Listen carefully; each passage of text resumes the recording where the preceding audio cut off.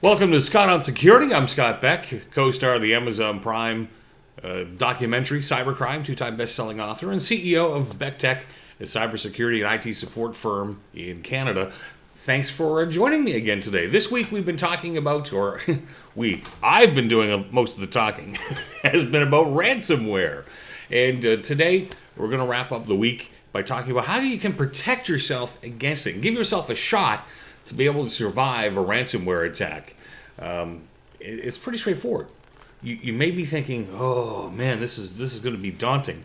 And I suppose it can be. If you're going from a spot of going, Scott, I've got antivirus, so we're protected, right? No, you're not. You got to have some multiple stages. So let's dig right into it. The first thing that you really should be doing is make sure you're educating yourself and your staff. You're always just one click away on an email from getting hit by ransomware. So if the rest of the stuff we're going to talk about in a minute, if you don't have that and you click on a bad link or you end up on a website that's got code in it that can send the ransomware across to you, the virus, you could be in trouble. So make sure to educate yourself. IBM did a study a couple of years ago. 95% of all hacks, cybercrime, cyber events are human error. We're clicking on the wrong things. We're going to the wrong places. We don't have the right protections. So make sure that you get that education. And if you're running a business and you've got staff and you're trying to educate them, make sure your training platform, there's a way that you can tell that people are actually doing the training. It's great to say, hey staff, we got this wonderful training, go do it. But there should be more to it than that. You can't take a bath once and think that you're going to be clean all year, right? Same thing with cybersecurity. Yes, you got to do some annual training, but there should be some weekly upkeeps. Things change. I mean, I'm sure this week you've learned a few different things with ransomware that you're like, really? They're doing that now? I mean, Popcorn Time was a game changer that we talked about yesterday, and how they're taking ransomware and leveraging that into bribery. So, number one, educate yourself so you can kind of spot the bad guys trying to trick you. You want to be able to see that kind of stuff. Number two, make sure your computer systems are up to date. A lot of times, these attacks are going to take advantage of a vulnerability in a piece of software, whether it be your Windows operating system, an Adobe Reader type program, Java. You've got so many different pieces of software on your computer that the bad guys can take advantage of. You've got to make sure to keep those updated. And if that's too much of a process for you, you've got to, or process for my American friends, if that's too daunting for you to go around and say, well, Scott, I got 50 computers here, or 100 computers, or even 5 computers, it take a lot of time to go around and make sure everything's being updated. Outsource that.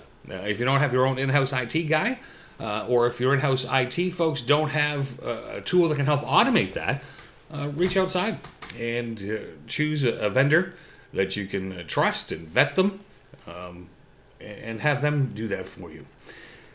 Move away from traditional antivirus. Antivirus is dead. I'll do a session on that next week.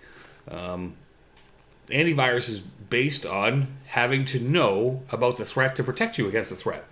Problem is, there's so many threats happening every single day, it's impossible for the antivirus to know about all the new threats. So you're always susceptible to running into the latest attacks and getting hit.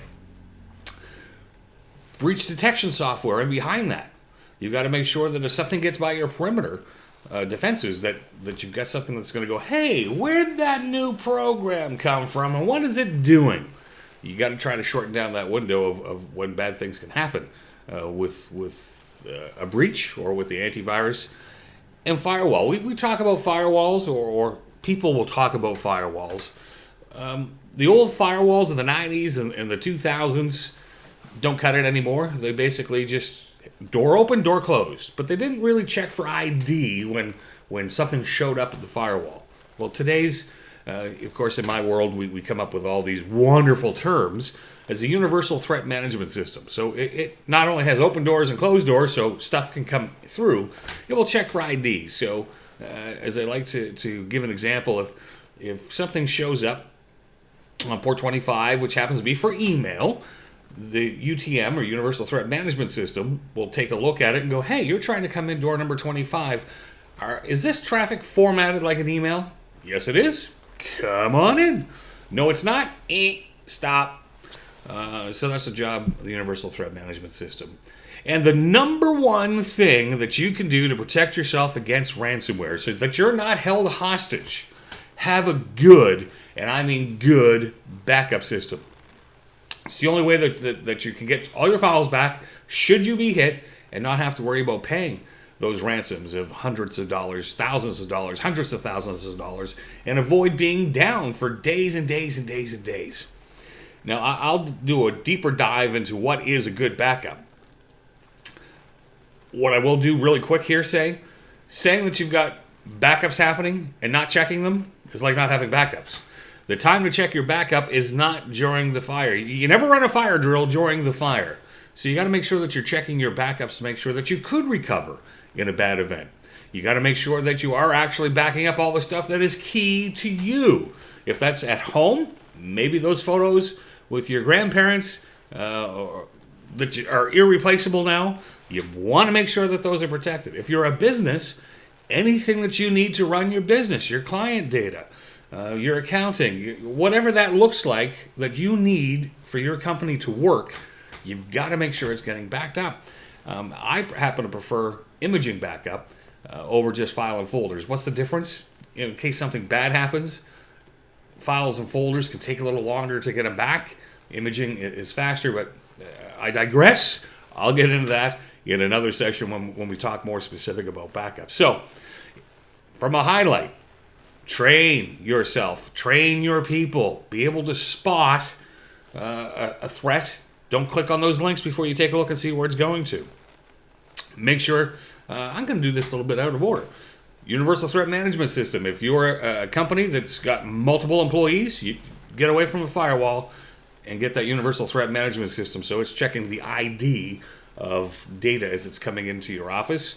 Get away from antivirus and use advanced endpoint protection. This stuff is more behavior-based, so that if you download, someone from the company downloads, let's say, a Word document from an email, and that Word document calls out to the internet, that's not normal. This software would know to shut it down. Be running breach detection, and behind that, it's possible that something might get slipped through. So you need a different piece of software that's looking at all the different programs that are showing up. And the number one thing to do is have a good, tested backup.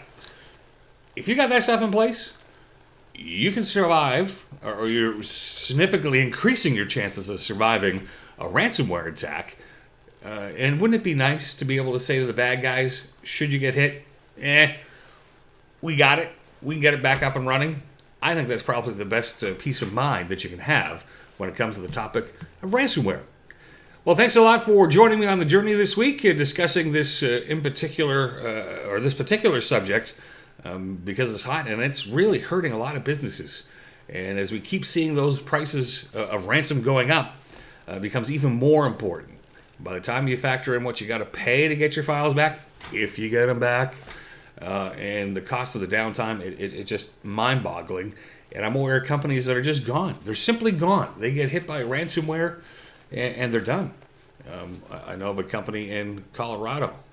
They got hit twice in the run of 3 months. They were a good-sized company, too, and they were just done. They couldn't recover. So follow the guidance. Make sure you got your protections in place, and you, too, should be able to survive a ransomware attack. Stay safe out there.